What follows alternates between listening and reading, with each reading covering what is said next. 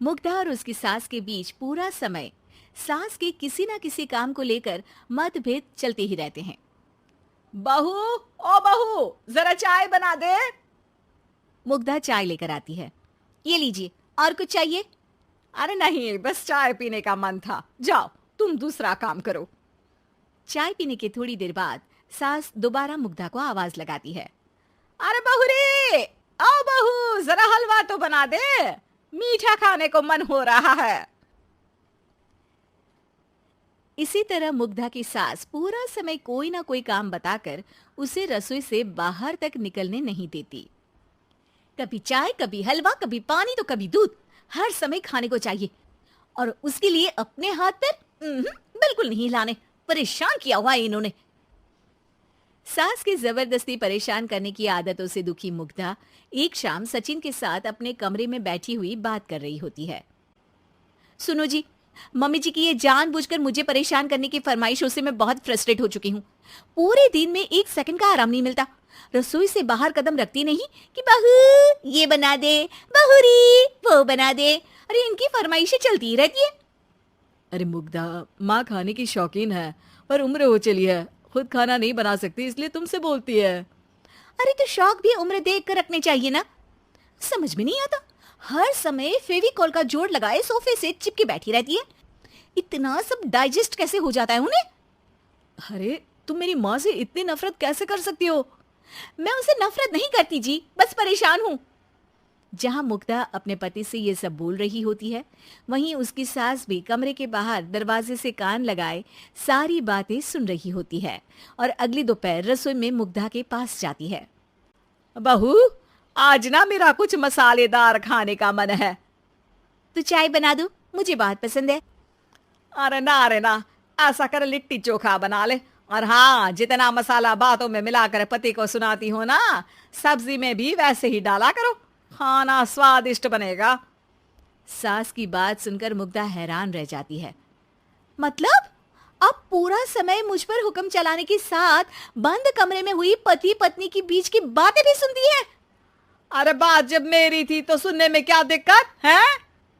ये कहकर सास वहां से चली जाती है। अरे अब तो हद पार हो गई, इस तरह से तो ये मेरा जीना मुश्किल कर देंगी। मुग्धा सास की हरकतों से परेशान उसका हल सोचने लगती है और इसी तरह कुछ दिन बीत जाते हैं, जिसमें सास का जन्मदिन आता है। मुग्धा बहुत खुशी के साथ अपनी सास को एंड्रॉइड मोबाइल गिफ्ट करती है। मम्मी, आपको सबसे बात करने के लिए बहुत दिक्कत होती है ना, कभी सचिन तो कभी मुझे बोलना पड़ता है, पर इस मोबाइल से आपको कोई दिक्कत नहीं होगी। एक जगह बैठे बैठे बहुत कुछ कर सकती हैं अब आप। मोबाइल देख सासू माँ खुश हो जाती है, पर उसे इस्तेमाल करना तो आता नहीं, इसलिए साइड में रख देती है। जिसे देख मुग्धा घर का सारा काम छोड़ मोबाइल सेट कर सास को इस्तेमाल करना सिखाने लगती है, जिसके बाद अब सास पूरा समय मोबाइल में ही लगी रहती है। हाय, जब से मम्मी को मोबाइल मिला है मेरी लाइफ में कितनी शांति आई है। अच्छा है, इसी तरह बिजी रहे तो मैं भी सुकून की जिंदगी जी पाऊंगी।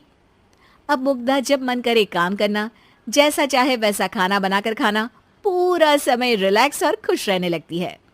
क्या बात है, आजकल तुम बहुत चहक रही हो। अरे मम्मी जी से छुटकारा जो मिला है, अब ना फरमाइशें ना छुप छुप कर बातें सुनना। अच्छा, तो मोबाइल गिफ्ट करने की ये स्कीम थी। इसी तरह दिन बीतते हैं और अब मोबाइल पर लगी सास फरमाइशों की जगह सवालों के लिए बहू को आवाजें लगाना शुरू कर देती है। अरे बहू सुन तो, देख जरा किसी का फोन क्यों नहीं मिल रहा? रिचार्ज खत्म हो गया है, पर अभी 4 दिन पहले ही तो मैंने किया था, इतनी जल्दी कैसे खत्म हो गया? अरे मैंने कल तेरी कनाडा वाली मौसी सास से 3 घंटे बात की थी ना। क्या? इतना महंगा तो मोबाइल भी नहीं आया जितना महंगा इसका रिचार्ज पड़ रहा है। इसके बाद तो जैसे मुग्धा के दिन के 24 घंटे में से 20 घंटे सास के पास उनके मोबाइल रिलेटेड प्रॉब्लम सॉल्व करने की ड्यूटी ही बन जाती है। अरे मुग्धा, ये मोबाइल में अचानक तेरी मौसी सास की शक्ल क्यों दिखने लगी? और ये तो हिल भी रही है। मम्मी, ये गूगल डुओ का वीडियो कॉल है, इसमें आप बात करने के साथ एक दूसरे की शक्ल भी देख सकती हो। अच्छा, ये तूने मुझे पहले क्यों नहीं बताया? अब बताने के लिए पहले नहीं बताया। इसी बीच सचिन भी वहां आ जाता है और सास अपनी वीडियो कॉल में बिजी हो जाती है। क्यों, सास बहू में क्या गपशप चल रही है? इसे गपशप नहीं, दिमाग का दही होना बोलते हैं। पर तुम तो मम्मी को मोबाइल देकर बहुत खुश थी, फिर क्या हुआ? हाँ, उसका सुकून भी कुछ ही दिन मिला। अब घर के टंटे खत्म हुए तो मोबाइल की टिंग टिंग शुरू हो गई। देखो भाई, कुछ पाने के लिए कुछ खोना तो पड़ता है। आखिर तुमने मोबाइल अपने फायदे के लिए ही तो दिया है, तो फिर सवालों के जवाब भी देने पड़ेंगे, क्योंकि जब तक उनके हाथ में ये फुंथरू रहेगा, तुम्हारी लाइफ में प्राइवेसी और सुकून रहेंगे। कहने का मतलब है अगर इससे प्यार बढ़े तो दाग अच्छे हैं। अरे मुझे पहले दिन से ही पता है मोबाइल किस मकसद से दिया गया है। भूलो मत, इससे पहले मैं बातें ही सुनती थी। सास की ये बात सुनकर मुग्धा शॉक में और सचिन हंसता रह जाता है।